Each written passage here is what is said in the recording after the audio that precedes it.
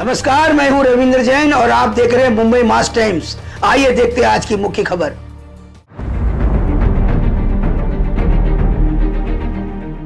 Election commission of India अपना schedule जारी करने वाला है 13 तारीख के बाद कभी भी, और उससे चंद दिन पहले इलेक्शन कमिश्नर साहब गोयल साहब अपना इस्तीफा पेश करते हैं कि ये गलत तरीके से सुप्रीम कोर्ट के एक फैसले के खिलाफ जाकर हुकूमत चीफ इलेक्शन कमिश्नर और इलेक्शन कमिश्नर को अपॉइंट कर रही है।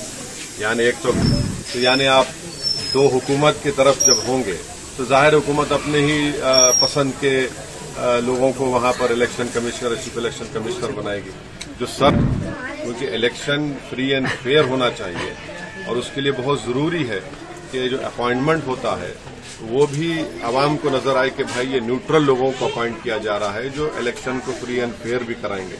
तो खैर ये बड़ा ताज्जुब खेज वाकया है, बड़ा ही शॉकिंग है कि इलेक्शन कमीशन ऑफ इंडिया अपना शेड्यूल जारी करने वाला है 13 तारीख के बाद कभी भी, और उससे चंद दिन पहले इलेक्शन कमिश्नर साहब गोयल साहब अपना इस्तीफा पेश करते हैं।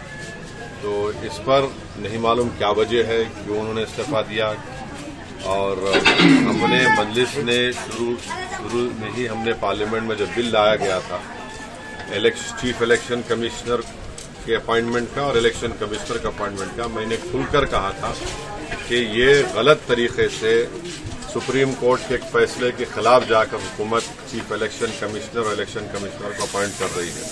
यानी एक तो प्राइम मिनिस्टर होंगे उसमें और दूसरी कमेटी के मेंबर होंगे एक मिनिस्टर और तीसरे जो है लीडर ऑपोजिशन होंगे।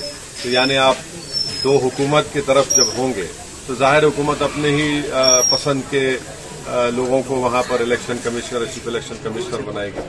जो सर्च कमेटी है, सर्च कमेटी में भी मेंबर ज्यादा हुकूमत के हैं।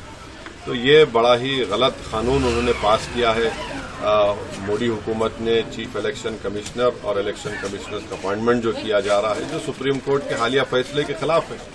सुप्रीम कोर्ट ने कहा था कि उस कमेटी में इस तरह से हुकूमत की मेजॉरिटी नहीं होनी चाहिए, क्योंकि इलेक्शन फ्री एंड फेयर होना चाहिए और उसके लिए बहुत जरूरी है कि जो अपॉइंटमेंट होता है वो भी आवाम को नजर आए कि भाई ये न्यूट्रल लोगों को अपॉइंट किया जा रहा है जो इलेक्शन को फ्री एंड फेयर भी कराएंगे।